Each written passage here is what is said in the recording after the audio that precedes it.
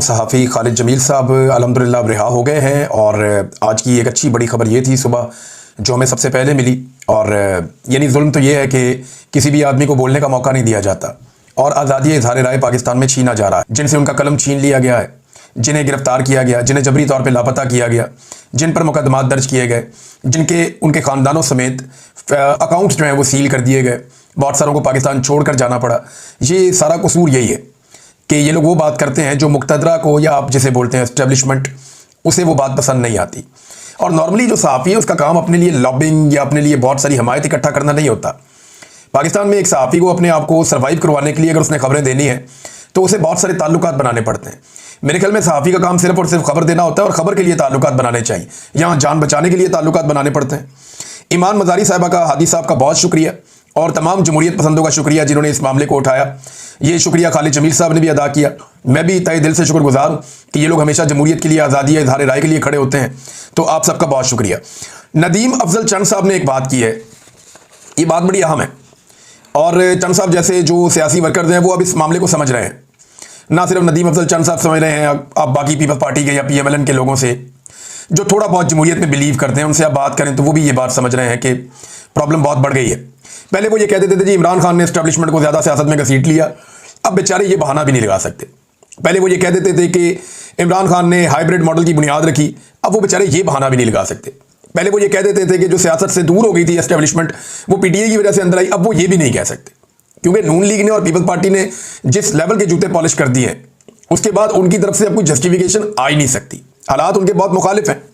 नदीम अफजल चंद साहब कहते हैं ये जो बेजा और फजूल बेगुनाह गिरफ्तारियों का मशवरा दे रहे हैं ना, ये अरबाब इख्तियार के दुश्मन दोस्त नहीं है। अब अरबाब इख्तियार कौन है? जिसके पास इख्तियार है, और इख्तियार किसके पास है? मिलिट्री एस्टेब्लिशमेंट के पास है, और किसी के पास तो पाकिस्तान में इख्तियार है नहीं। अलीमा खान साहबा के दोनों बेटों की गिरफ्तारी के मामले में अब आज के दिन में पेश किया गया उनके दूसरे साहबजादे को, शेर शाह को। अब ये पाकिस्तान से बाहर था, ये वापस पाकिस्तान गया और वहाँ इसे गिरफ्तार कर लिया गया। पहले इसके बड़े भाई को गिरफ्तार किया गया, वो गलती से गिरफ्तार किया गया, लेकिन गोंगलुओं से मट्टी झाड़ने के लिए और अपनी शर्मिंदगी मिटाने के लिए ढीटों की तरह उसका रिमांड हासिल कर लिया गया, और जज साहब ने भी उठा के 8 दिन का रिमांड दे दिया। ये जिस जज साहब ने रिमांड दिया, इनके बारे में और भी बहुत सारे कारनामे हैं, मैं क्या बताऊं आपको। बहरहाल यहाँ पे रिमांड हो गया और दूसरे भाई को गिरफ्तार कर लिया गया सेम डे में। शेर शाह को गिरफ्तार किया गया, और शेर शाह को गिरफ्तार करने के बाद अब उसका 5 दिन का रिमांड दे दिया गया। यहाँ पे अलीमा खान साहिबा से या बाकी लोगों से, इमरान खान की बहनों से मीडिया ने सवालात किए तो कुछ तकरार भी हुई, और कुछ चीज़ें बड़ी क्लियर की हैं। ख़ास तौर पे इमरान खान की बहन नौरीन खान साहिबा ने, उनको जब ये कहा गया ना कि जी खाकी वर्दी की तौहीन की गई, खाकी पतलून उठाएगी, तो उन्होंने कहा जी खाकी वर्दी की तौहीन तो 1971 में हुई थी बांग्लादेश में, यानी वो तौहीन नहीं थी, ये तौहीन है, इसको आप तौहीन समझते हैं। और उन्होंने कहा कि ये एक मूवमेंट था, और उसकी वजह दोनों बहनों ने ये बताई कि वहाँ पे गोलियां चलाई जा रही थी, एक कारकुन के सर में गोली लगी और वो वहाँ पे जाँ बहक हो गया, और उस वक्त वहाँ पे टेम्परेचर कुछ और था। तो उस माहौल में हसन न्याजी ने ये काम किया, और उसके पीछे जो पेंट पकड़ाने वाला आदमी था उस हवाले से दावे किए जा रहे हैं कि वो बंदा कोई और था, यानी उस बंदे का आज तक पता नहीं चला। अब ये इल्ज़ाम शेर अफजल मरवत साहब तो लगाते हैं इमरान खान के दूसरे भांजे पे, शेर शाह पे, और यही बात जो है बाकी लोग भी शेर शाह के बारे में करते हैं जो मुखालिफिन है। लेकिन वहाँ एक आदमी और भी खड़ा था जिसके बारे में अभी तक सब जानना चाहते हैं कि ये आदमी कौन था। ना इसे पकड़ा गया, ना इसके खिलाफ कोई कार्रवाई की गई। तो गाड़ियों की तोड़फोड़ करते हुए भी नकाबपोश नजर आ रहे हैं 9 मई को, जो तोड़फोड़ कर रहे हैं, मार कुटाई कर रहे हैं, उन्हें आज तक नहीं पकड़ा गया। तो खाकी पतलून की क्या हैसियत है? पतलून हमारे टैक्स के पैसों से खरीदी जाती है। खाकी पतलून की क्या हैसियत है? 1971 में लोगों ने देखी थी। हसन न्याजी ने कोर कमांडर के सामने पतलून तब लहराई जब लोगों पर गोलियां चलाई जा रही थी। ये नौरीन खानम साहब ने ये बात की। अब जो कुछ आलमी इदारे हैं वो भी इसके ऊपर आवाज़ें उठा रहे हैं। Human rights commission of Pakistan ने भी इसके ऊपर एक बयान जारी किया है। वैसे पाकिस्तान में ह्यूमन राइट्स जैसे नहीं है ना, वैसे ह्यूमन राइट्स की तंजीमें भी नहीं है। अब मैं बड़े अफसोस के साथ ये बात करता हूँ कि जो ओहदेदार बिठाए गए हैं ह्यूमन राइट्स की तंजीमों के पाकिस्तान में, या जिन पाकिस्तानियों को ये ओहदे दिए गए हैं, उन्होंने हक अदा नहीं किया। यानी मैं ये देख रहा हूँ कि उनके स्टेक्स जो है ना, वो मौजूदा जो वकला की क़यादत है, जो हुकूमत के साथ शामिल है, उनके साथ भी मिलते हैं, और मौजूदा जो हुक्मरान है उनके साथ भी मिलते हैं। तो वो इनके जुल्म और सितम के ऊपर आंखें बंद किए हुए हैं, और एस्टेब्लिशमेंट के खिलाफ अपनी पॉलिसी भी उन्होंने नरम कर दी है, सिर्फ पाकिस्तान तहरीक इंसाफ या इमरान खान साहब की मुखालफत में। क्योंकि इमरान खान साहब ने इन लोगों को बहुत पहले पहचान के ये कहा था खूनी लिबरल्स हैं। तो अब वो जो स्टेटमेंट भी देते हैं वो बादल नाखास्ता स्टेटमेंट देते हैं, और अमली तौर पर इन्होंने कोई इकदाम नहीं किए, चाहे अरशद शरीफ की शहादत हो, चाहे मुझे जबरी तौर पे लापता किया गया हो, चाहे और बहुत सारे सहाफ़ियों की, शायरों की गिरफ्तारियां हो, चाहे एक्टिविस्ट की गिरफ्तारियां हो और उनकी जबरी गुमशुदगियां हो, तो इन्होंने उस तरह आवाज़ नहीं उठाई जैसे आवाज़ उठाई जानी चाहिए थी। बहरहाल इस मामले की उन्होंने मजम्मत की है कि इमरान खान साहब के 2 नेफ्यूज़ को 9 मई के अंदर जो है वो गिरफ्तार किया गया, ये बड़ी ज़्यादती है। और इतने महीनों के बाद, 27 महीनों के बाद दोनों को गिरफ्तार किया गया। तो ये मैंने आपको पहले बताया था कि ये गिरफ्तारियां जो हैं वो सिर्फ और सिर्फ इसलिए हैं कि अलीमा खानम को दबाया जा सके और वो इमरान खान साहब का मौक़िफ़ बाहर देने से रुक जाएं। क्योंकि देखिए, बाहर आकर अगर कोई वाहिद इमरान खान का नाम लेने वाली खातून है, इमरान खान का नाम लेकर आसिम मुनीर के नाम का पैगाम देने वाली खातून है, तो वो अलीमा खानम साहब। वो साफ बताती है कि इमरान खान ने आसिम मुनीर के बारे में ये कहा, ये कहा, ये कहा और ये कहा। तो फील्ड मार्शल को कोई चैलेंज नहीं करता सवाए अलीमा खानम के। वो बाहर आके साफ बात बताती है जो इमरान खान कहते हैं। इमरान खान की पार्टी के लोग अंदर जाते हैं, इमरान खान उन्हें कुछ भी कहते हैं, वो बाहर आकर अपना एक फिल्टर लगाते हैं कि उन्होंने सर्वाइव करना है, जिंदा रहना है। अलीमा खानम जो है वो कश्तियां चला के हर वो बात कर देती हैं। आज तक जितनी भी बात बाहर निकली हाफिज सैयद आसिम मुनीर के बारे में, वो ज़्यादातर अलीमा खानम के जरिए से बाहर निकली, इसीलिए उनकी मुलाकातें बंद की गई हैं। मीडिया बोलने के काबिल नहीं है, आपको पता है। मीडिया तो डिस्कस ही नहीं कर पाता, ना एक्सटेंशन डिस्कस कर पाता है, ना कोई और चीज़ कर पाता है। अब मीडिया मालिकान क्यों नहीं ये चीज़ें करते? क्योंकि उनको इश्तिहारात मिल रहे हैं और इश्तिहारात उन्हें इतने ज़्यादा मिल रहे हैं कि मीडिया मालिकान को वफाक से इश्तिहारात 3 अरब से बढ़कर 11 अरब कर दिए गए हैं। 3 अरब से जो वफाकी इश्तिहारात हैं वो बढ़ा के 11 अरब तक पहुंचा दिए गए हैं। सुबह से अलग उन्हें बिजनेस मिल रहा है मीडिया मालिकान को। लेकिन इसके बावजूद मीडिया मालिकान ने जो है वो बेशुमार सहाफ़ियों को नौकरियों से निकाल दिया। कई इदारे जो है वो तनख्वाहें नहीं दे रहे, कई इदारे जो है महंगाई के साथ तनख्वाहें बढ़ा नहीं रहे।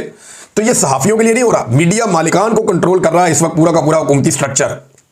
और मीडिया ऐसा कंट्रोल हुआ है कि कोई सही खबर देते हुए, यानी जो बहुत ज़रूरी है, जो अवामी मफाद की खबर है, जिसे हर हाल में दिया जाना चाहिए, ताकि फ्लड के बारे में, दीगर चीज़ों के बारे में, वो महंगाई के बारे में भी बात करते हुए 10 दफ़ा सोचते हैं कि इससे कहीं एस्टेब्लिशमेंट नाराज़ तो नहीं हो जाएगी, हमारे इश्तिहार तो नहीं रुक जाएंगे। तो मीडिया पाकिस्तान का तकरीबन फारिग हो गया और सोशल मीडिया ने उसकी जगह ले ली है। तो पाकिस्तानियों को भी ये चाहिए कि मैक्सिमम तवज्जो अब सोशल मीडिया पे दें और वहाँ पे उन लोगों को दें जो उन्हें वो खबरें दे रहे हैं जो मुस्तनद हो सकती हैं या जिनकी तस्दीक हो सकती है। फील्ड मार्शल को आज बड़ा रौला अखबारात में रहा कि 1000 दिन उनके मुकम्मल हो गए।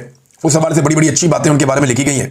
तो अच्छी बातें तो लिखवा ली ISPR ने और पाकिस्तान की मीडिया ने लिख दी, तारीफों के तो पुल बांध लिए।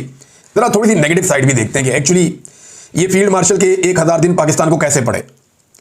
नंबर 1, फौज के लिए बहुत बुरा था, 9 मई हो गया। फील्ड मार्शल अगर वो पॉलिसीज ना रखते और इमरान खान को गैर कानूनी तौर पे गिरफ्तार करने का हिस्सा ना बनती फोर्सेस, और जो कुछ इमरान खान के साथ हुआ वो तसलसल जारी ना रखा जाता, तो इदारे के खिलाफ लोगों का इतना रिएक्शन ना होता कि वो 9 मई को इदारों के बाहर या इनके दफातर के बाहर एहतजाज करने चले जाते। अब उसके बाद जो हुआ वो कंट्रोवर्शियल है, उसकी आज तक कोई इंक्वायरी नहीं हुई कि वो किया किसने और वो कैसे हुआ। बहरहाल 9 मई आसिम मुनीर साहब के दौर में हुआ। 8 फरवरी 2024 पाकिस्तान की तारीख की इलेक्शन की सबसे बड़ी डकैती आसिम मुनीर साहब के दौर में मारी गई। ये सबसे बड़ी डकैती है। इसका सिंपल मैं आपको ये बता देता हूं कि पाकिस्तान की तारीख में इलेक्शन बहुत चोरी हुए, लेकिन इतने बड़े पैमाने पे कभी इलेक्शन चोरी नहीं हुआ कि 17 सीटों वाले को उठा के पहले हुकूमत बनाकर दे दें और उसके बाद उसको 2/3 अक्सरियत भी दिलवा दें। तो ये डकैती भी आर्मी चीफ के दौर में हुई, इसी आर्मी चीफ के दौर में हुई। 26 नवंबर 2024 पहली मरतबा मुजाहिरीन के ऊपर, एक सियासी जमात के मुजाहिरीन के ऊपर जो पुरअमन थे, गैर मुसल्लह थे, निहत्ते थे, उनके ऊपर स्ट्रेट फायर किए गए, स्नाइपर के साथ उन्हें गोलियां मारी गई। ये एक वाकया भी पाकिस्तान में हुआ इसी आर्मी चीफ के दौर में। हाँ, एक भारत के साथ लड़ाई का मामला हुआ जिसमें पाकिस्तान ने भारत के जंगी तैयारे गिरा दिए, जिसमें पूरे पाकिस्तान की, पूरी दुनिया के अंदर जो है वो वाह हुई, पाकिस्तानी फोर्सेस का मोराल बुलंद हुआ। तो ये एक वाकया ऐसा हुआ जिसको इनके दौर का अच्छा वाकया कहा जा सकता है। लेकिन उसके बाद ये फील्ड मार्शल बन गए। ना 1 इंच जमीन फतह की गई, ना जमीन के ऊपर पाकिस्तान को कोई कामयाबी मिली, ना कश्मीर आजाद हुआ और ना ही पाकिस्तान भारत से अपना पानी छुड़वा पाया। ये सारे काम पाकिस्तान नहीं कर पाया, लेकिन फील्ड मार्शल आसिम मुनीर साहब बन गए। और एक और चीज, आसिम मुनीर साहब की ज्यादा तवज्जो उनके अपने टन्योर में उनके अपने काम के ऊपर तो रही होगी, जो आर्मी चीफ की ड्यूटीज हैं वो तो उन्होंने जरूर की होंगी, लेकिन उससे ज्यादा रिपोर्ट हुआ उनके मामला वो वाले जो सियासत पे, मईशत पे और इंतजामी मामला पे रहे। तो उनकी तवज्जो, हालांकि हलफ इसकी इजाजत नहीं देता, लेकिन उनकी तवज्जो दीगर मामला की तरफ बहुत रही। फिर उनकी एक ख्वाहिश है, माफी की ख्वाहिश, वो अभी तक अधूरी है। इमरान खान माफी नहीं मांग रहा, टूट नहीं रहा, डर नहीं रहा, डरा हुआ दिखाई नहीं दे रहा। तो ये जो चीजें, उसने कहा कि मुझे डरा हुआ देखना, इनकी जो है वो ख्वाहिश ही रह जाएगी, इनकी हसरत रह जाएगी कि मुझे डरा हुआ देखें। तो एक ये जो ख्वाहिश है, ये सब कुछ मिल मिला के भी माफी अभी तक नहीं मिल सकी। और दूसरा ये है कि एक बड़ा सवाल जो अभी पैदा होता है कि उनका दौर खत्म होने वाला है नवंबर 2025 में, तो क्या वो एक्सटेंशन एंजॉय करेंगे?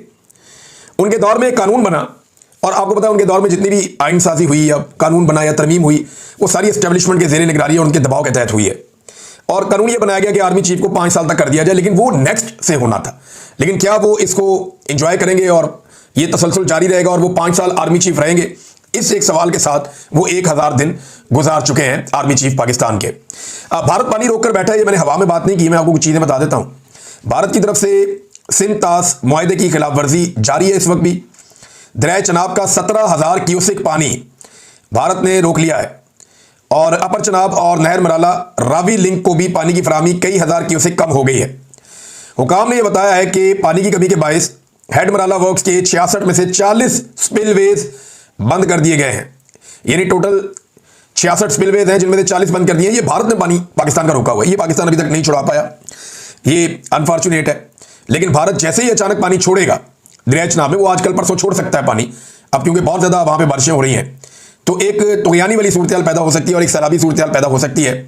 तो भारत पानी छोड़कर भी और पानी रोक कर भी दोनों तरह पाकिस्तान को मुतासर करता है। ये बड़ा अनफॉर्चुनेट है, हम ये भारत से अपने पानी छुड़वाने में अभी तक कामयाब नहीं हुए।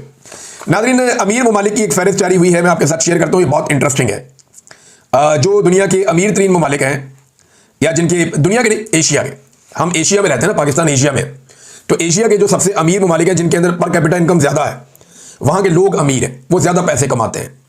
वो ममालिक कौन से हैं? तो जो लिस्ट मेरे सामने आई है उसमें पाकिस्तान तो जाके बहुत नीचे है। ये देखें आप, ये 2-3 लिस्टें मेरे पास, और ये पर कैपिटा इनकम के हिसाब से है। जीडीपी को आप जब पर कैपिटा में कन्वर्ट करते हैं तो नाज़रीन नंबर 1 सिंगापुर है, फिर इसके बाद जनाब मकाओ है, कतर है, ब्रुनेई है, यूएई है, Hong Kong, Taiwan, Bahrain, South Korea, Cyprus, सऊदी अरब, Israel, Japan, Kuwait, Russia, Kazakhstan, Malaysia, तुर्की, Oman, Maldives, Georgia, China, Turkmenistan, Thailand, Azerbaijan, और चाइना की आबादी देखें आप, 1.5 अरब की आबादी है, फिर भी वो कितना आगे है। Armenia, Mongolia, Iran, Bhutan, Indonesia, Vietnam, Iraq, Sri Lanka, Philippine, पता नहीं कितने मुल्क हैं, उज्बेकिस्तान, इंडिया भी बीच में, बांग्लादेश भी बीच में, और पाकिस्तान जाके 41वें नंबर पे है। ये पाकिस्तानियों की हालत है पाकिस्तान में, इसीलिए पाकिस्तानी इतने बड़े पैमाने पे पाकिस्तान छोड़ छोड़ कर जा रहे हैं। अच्छा, पाकिस्तान एक ऐसा मुल्क है जहाँ पे कुदरती वसाइल बेशुमार। पाकिस्तान एक ऐसा मुल्क है जहाँ पे कोई जंग भी हमारी नहीं लगी लंबे अरसे से, ये छोटी मोटी झड़पें हैं। पाकिस्तान एक ऐसा मुल्क है जहाँ पे हर तरह के वसाइल हैं। ओवरसीज़ पाकिस्तानियों की तादाद बहुत बड़ी है, और अफरादी कुव्वत बहुत अच्छी है, और नौजवानों की तादाद भी बहुत ज़्यादा है, और हमें चारों मौसम भी मिलते हैं। फिर भी हम इतना नीचे रह गए, इतने गरीब हो गए हमारे लोग। ये सिर्फ हुक्मरानों की पॉलिसीज हैं जिनकी वजह से हम पीछे रह गए। हमें आगे निकलना चाहिए था, लेकिन जो लोग 40-40, 50-50 साल से हमारे ऊपर मुसल्लत हैं, वो हमें आगे निकलने नहीं दे रहे। सिचुएशन ये है। नाज़रीन, मुस्लिम लीग नून ने और मुफ्ती मुनीफ साहब ने सुहेल बड़ाइच साहब के साथ खड़े होने का फैसला किया। राणा सनाउल्लाह साहब ने सुहेल बड़ाइच साहब के हक में बयान दिया कि ठीक है, उन्होंने जो बात की वो दुरुस्त होगी, लेकिन उसके ऊपर ओवर रिएक्शन आ गया सोशल मीडिया की जानिब से, जिसके बाद ये जो एस्टेब्लिशमेंट ने किया वो किया DGISPR ने। लेकिन मुफ्ती मुनीफ साहब ने इसके ऊपर जनाब एक स्टेटमेंट जारी किया, जनाब सुहेल बड़ाइच की इब्तला। मुफ्ती मुनीफ साहब कह रहे हैं एक मोतदल मिजाज शख्स हैं, ठहराव के साथ बात करते हैं, लिबरल और सोशल डेमोक्रेट हैं, तारीख का अच्छा मुतालिया है, बड़ी तारीफें की हैं। उन्होंने कहा जनाब के तशबीहात और तमसीलात का अंदाज उन्होंने इसलिए इख्तियार कर रखा है कि बात भी हो जाए और पकड़ाई भी ना दें। वाह वाह वाह, क्या तारीफें हो रही हैं। ये मुफ्ती मुनीफ साहब कर रहे हैं। कौन से वाले भला? वो चांद देखने वाले जो हैं, रोयते हलाल कमेटी वाले। तो उसके बाद जनाब कहते हैं थोड़ी सी बेएहतियाती इनसे हो गई है, और फील्ड मार्शल वाली आगे उन्होंने वो जिक्र किया सारा। फिर अहादीस के मुताबिक उन्होंने, हमारी हदीस व फ़िक़्ह के उसूल के मुताबिक भी उन्होंने आगे बात की। तो फिर उन्होंने कहा जनाब के नरमी की गुजारिश भी की, लेकिन उन्हें रियायती नंबर दिए जाने चाहिए, हम सब ने मिलकर आगे चलना है। मुफ्ती मुनीफ साहब, सुहेल बड़ाइच की दफ़ा आपको एक स्टेटमेंट दिया DGISPR ने, और आपने क्या उर्दू और अरबी का और क्या ज़बान आप इस्तेमाल की अदबी, और आपने उनके लिए कैसा रास्ता बनाया।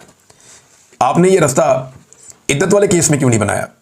मुफ्ती साहब, आपने ये रास्ता तब क्यों नहीं बनाया जब अरशद को शहीद कर दिया गया, शहीद अरशद शरीफ को पाकिस्तान छोड़कर जाना पड़ा? आपने ये रास्ता साबिर शाकिर के लिए क्यों नहीं बनाया? आपने मुईद पीरज़ादा का नाम क्यों नहीं लिया? मुझे पाकिस्तान के इदारों ने 5 महीने तक जबरी तौर पे लापता रखा, तब आपने कोई स्टेटमेंट क्यों नहीं दिया? पाकिस्तान के अंदर जुल्म और बर्बरियत का बाजार गर्म किया गया, आप नहीं बोले, लेकिन आप बोले कब? आप ये ना, मौलवी हमेशा एस्टेब्लिशमेंट के साथ जुड़ा हुआ होता है, पाकिस्तान का मौलवी, ज्यादातर मौलवियों की बात कर रहा हूं मैं, ये जो बड़े बड़े मौलवी हैं, मेरे उलमा इकराम मेरे सर का ताज है, मेरे लिए बड़े काबिल एहतराम है, लेकिन ये इस किस्म के मौलवी जो है ना, सरकारी मुल्ला, ये हमेशा दो नंबरी करते हैं, फ्रॉड करते हैं। ये मुल्ला मिलिट्री अलायंस ने पाकिस्तान को बर्बाद किया है। अब ये देखें ना कैसे आ गए मैदान के अंदर। भाई जितना जुल्म पाकिस्तान की एस्टेब्लिशमेंट ने पाकिस्तान के ऊपर आज तक किया, आपने टके की जुबान नहीं खोली। फातिमा जना के लिए आप लोग नहीं बोले, लियाकत अली के लिए आप लोग नहीं बोले, जुल्फिकार भुट्टो के साथ जुल्म हुआ आप नहीं बोले, जब एस्टेब्लिशमेंट ने नवाज शरीफ के साथ जुल्म किया आप तब भी चुप रहे, जब एस्टेब्लिशमेंट ने इमरान खान के साथ जुल्म और जबर किया, औरतों को जेलों में डाला हुआ है, सड़कों पे घसीटा, आप नहीं बोले, और आज एक स्टेटमेंट के ऊपर आप बोल पड़े। बहुत सियाणे हैं आप लोग और मिलकर चलना चाहते हैं, इन्होंने मिलकर ही चलना है। लेकिन मौलवी की बात जो आखिरी है ना, वो सबसे इंपॉर्टेंट है। उन्होंने कहा लेकिन उन्हें रियायती नंबर देने चाहिए, हम सब ने मिलकर आगे चलना है। हम सब ने नहीं, मुल्ला मिलिट्री ने मिलकर आगे चलना है। ये जो अलायंस एक बना हुआ है ना खौफनाक किस्म का, इसी अलायंस ने मिलकर आगे चलना है। यही मौलवी इमरान खान साहब के दौर में जब तनकीद हो रही थी, जब इमरान खान साहब आलमी सतह पर आवाज उठा रहे थे नामूस रिसालत के लिए, तो ये मौलवी सड़कों पर थे। और जब मौजूदा रजीम जो एस्टेब्लिशमेंट का लाया हुआ है, ये जाकर उन्हीं लोगों को जफ्फे डाल रहा था, तो ये मौलवी अपने हुजरों में थे। ये है इनकी टोटल औकात। अब तक के लिए इतनी, अपना ख्याल रखिएगा, अपने चैनल का भी अल्लाह हाफ़िज़।